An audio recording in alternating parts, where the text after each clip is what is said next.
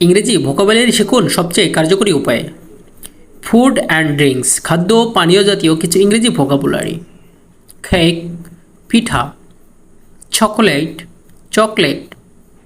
কাটলাইট, মাংসের বড়া। Coffee, coffee. Cheese, পনির। ক্রিম, দুধের সর। কর্নফ্লাওয়ার, আটা। ডিনার, রাতের খাবার। ড্রিঙ্ক, পানীয়। এগ, ডিম। ফুড, খাদ্য। ফ্রাইড রাইস, মুড়ি। ফল, মুরগির মাংস। চিকেন। ফ্লাওয়ার, ময়দা। ফিস্ট, ভোজন।